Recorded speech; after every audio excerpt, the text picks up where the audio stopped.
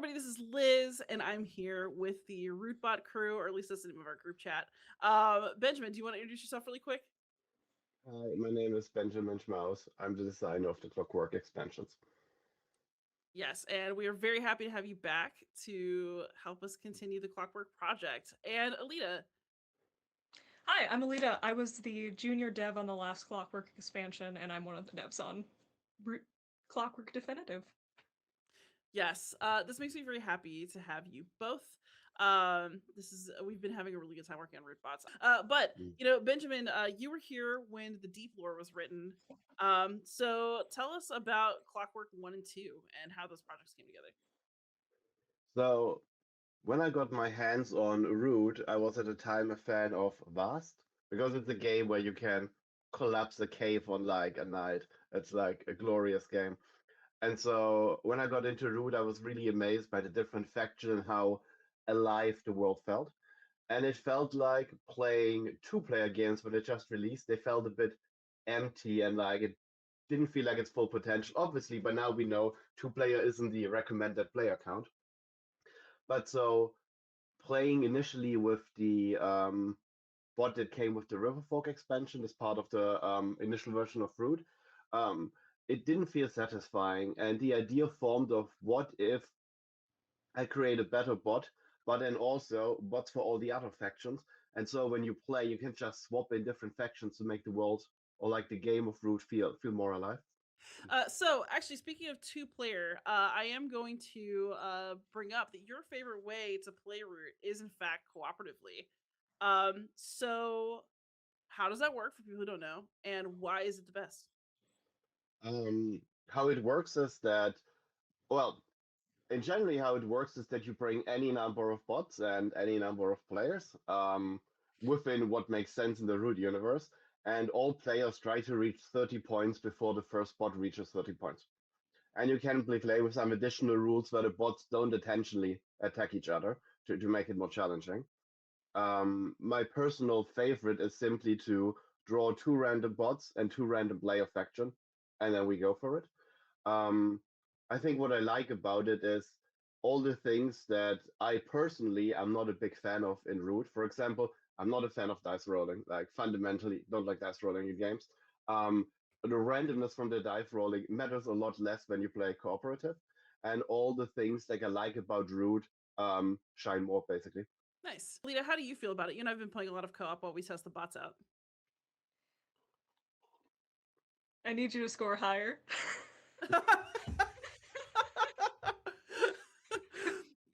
So Yeah, for those of you who know, Alita is really great at games, and I'm not. It's just reality.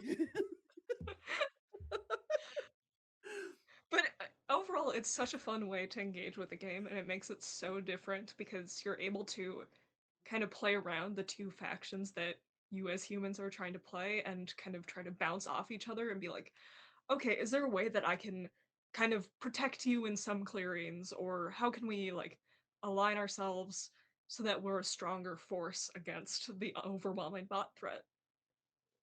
It's a really Oh yeah, interesting way to play and a very different puzzle.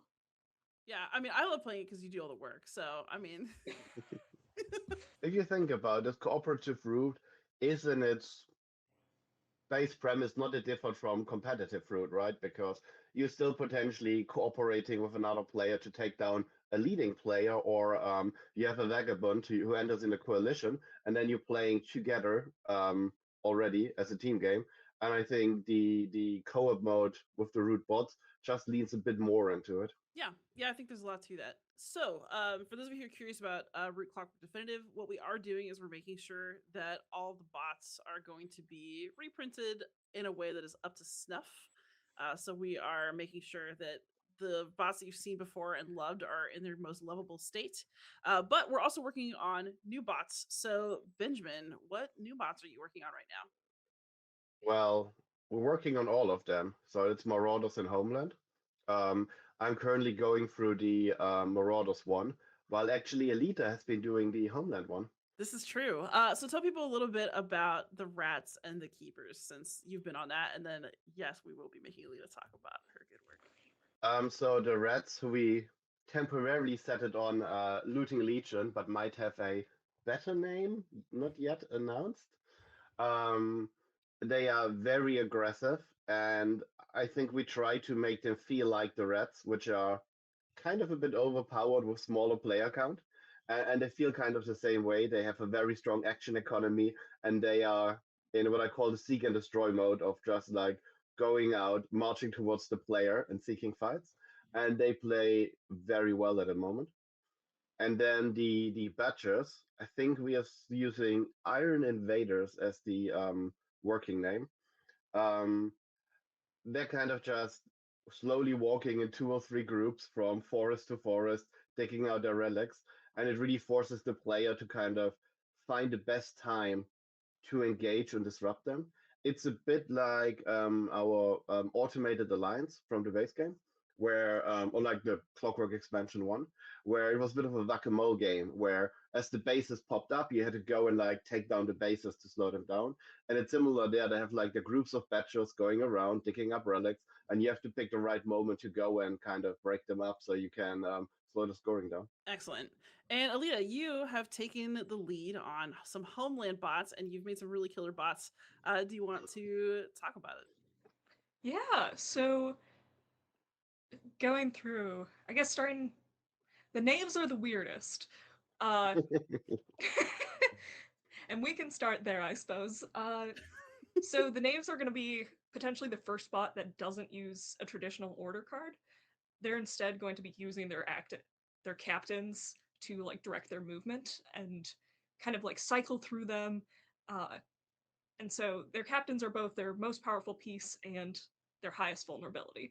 And so they're very powerful there, but you also have to balance like, can I avoid them? Can I dodge them? Can I get out without losing too many players? Or is this a time that I can hit back, uh, take out a captain, and maybe interrupt their flow for a few turns and just kind of like slightly decrease their pace? So yeah, they take prisoners, they negotiate. They're a menace. Uh, they steal things. They're great. They're very fun. Let's see. The frogs are as terrifying as ever. uh, yeah, they spread like connected by waterways and try to protect their little homelands as much as they can. Uh, but they are still a militant force to be reckoned with. And depending on what suits they draw, depends on whether or not they're favoring militancy versus peace. So their personality can be very different depending on how the game goes. And then, let's see, bats. Bats are still protectors of the realm. They are more annoying than ever. But yeah, they'll be spraying out and kind of trying to find like new bases of operations and then trying to push and kick as many people out as possible and getting in the way of basically everything. Fantastic.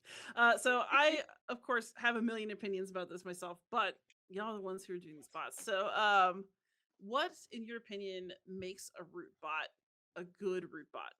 And what are the challenges of making that like essence come out? Maybe that's something that's interesting for people who just generally look to like create their own solo mode for another favorite game that I have, second favorite after Root, obviously. Um, I think what's really important with the bots, something that I learned quite early on as I put out all the bots and then seeing fan versions of the bot kind of undoing some of this work, interestingly, is that when you create a bot, what really matters is all the moments the player interacts with the faction, right? So if a player doesn't interact with something because it's the internal economy and the internal industry of a faction, then you don't need to simulate it because there's no value to it. It's just kind of like doing admin for the sake of admin. What really matters is what is the impact of a faction on the board and on the game, and how to simulate this by hollowing out everything behind it. It doesn't matter that the player can't interact with, and thereby just focusing on having players do the bare minimum of admin and work in moving pieces, but still get the effect of there is a woodland faction that's doing the thing that it's meant to do. Which, by Nice. the way, to double down on that, It's obviously for anyone who looked into the bots, we'd had some back and forth with the Eerie in the past. It got a rework for the Clockwork expansion 1, and now hopefully getting a second rework for the new edition. And it's obviously because you want to keep the decree that dictates what a bot's going to do as part of the bot. But because there's so much internal management, it creates a lot of complexity and it gets in its own way. And the moment you remove it, it's no longer exciting. No longer feels like it's the Eerie. And so it's kind of like one of those very interesting parts with how much of the internal engine do you keep alive and how much can you actually remove. Yeah, I think that's a good way to put it. Alita, what are you thinking as you've like got? Yeah, it's kind of along those lines, but also trying to figure out how to write a like very brief set of like instructions and simple if-thens that generate a bot making like near optimal player decisions.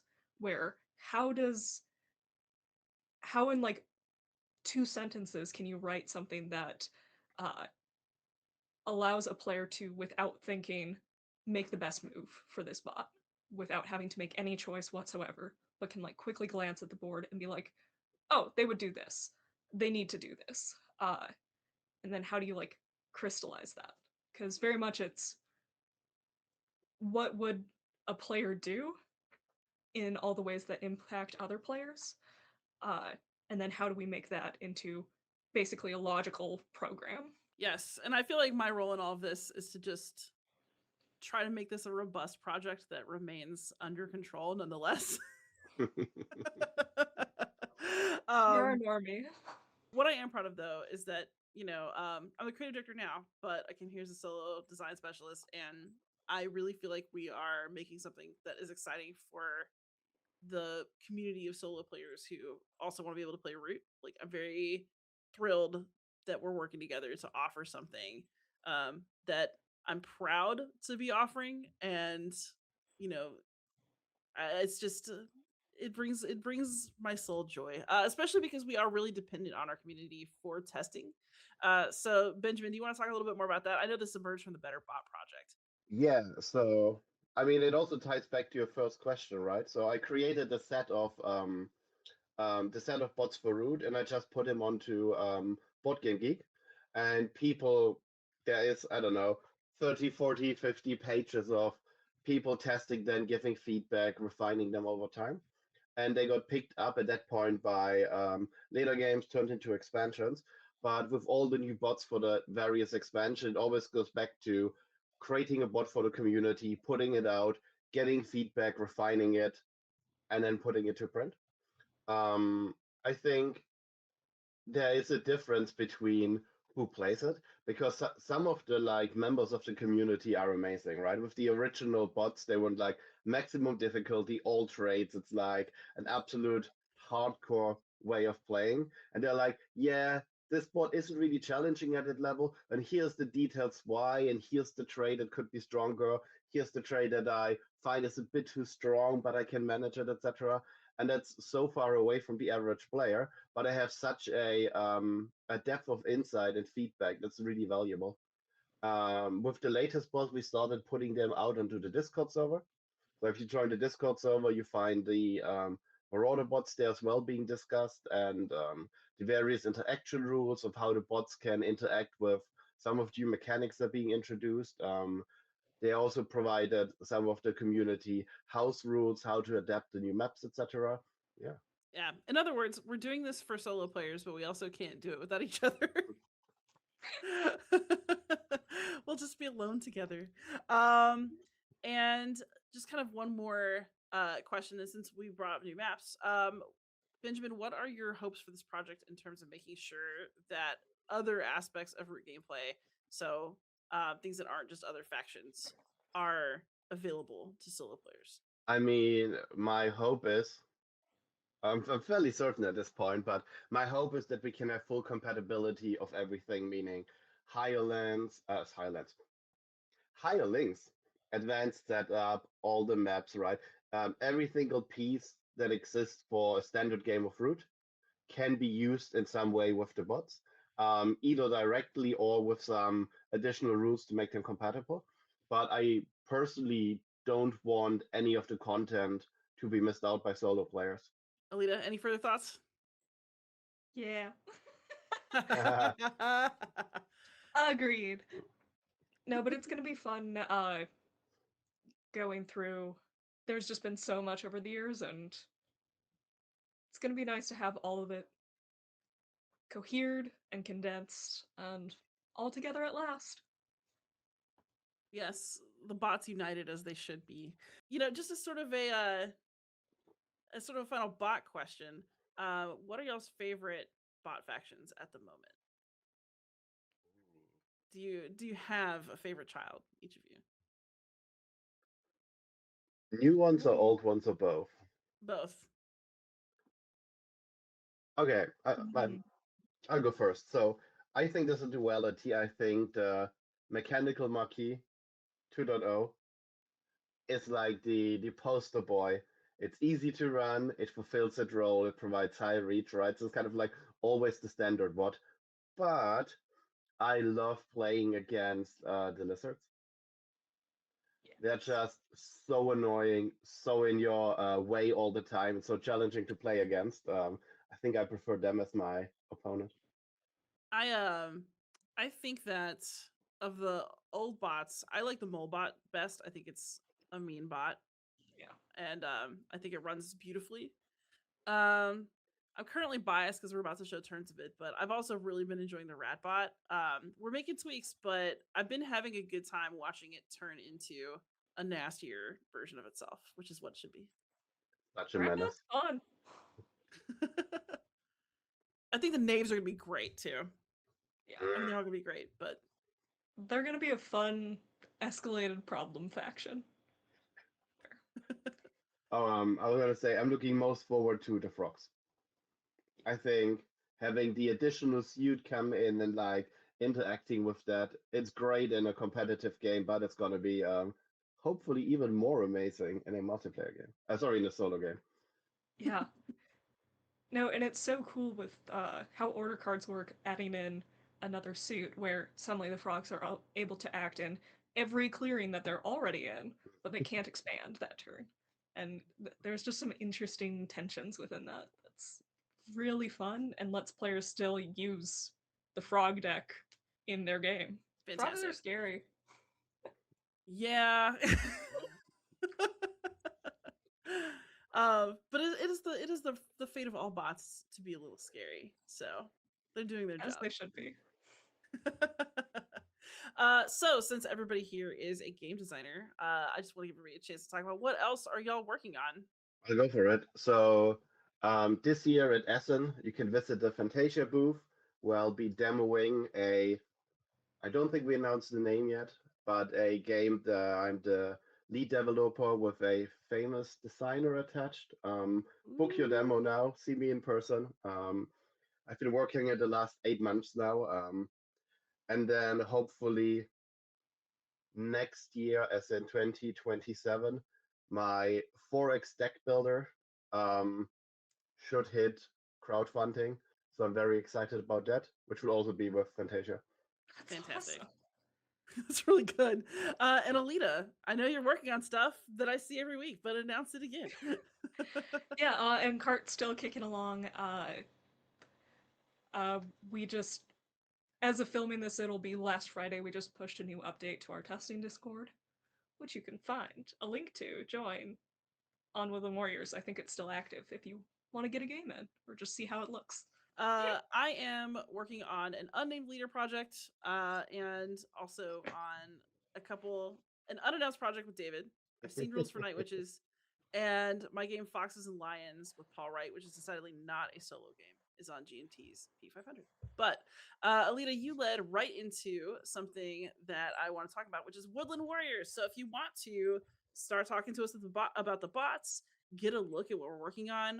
I'm hoping that we'll be releasing some stuff that's been worked on by our lovely graphic designer soon. If you want to, get links to test out Cart, please come join us in the Woodland Warriors Discord. We want to talk to you about what we're working on, and we are super excited. But Benjamin, Alita, thanks for popping on to chat a little bit about solo bots. We should do it again as the project progresses. Thanks for having Definitely. us. All right, everybody, we will get back to some live And now we'll programming. cut to live. Doing it live.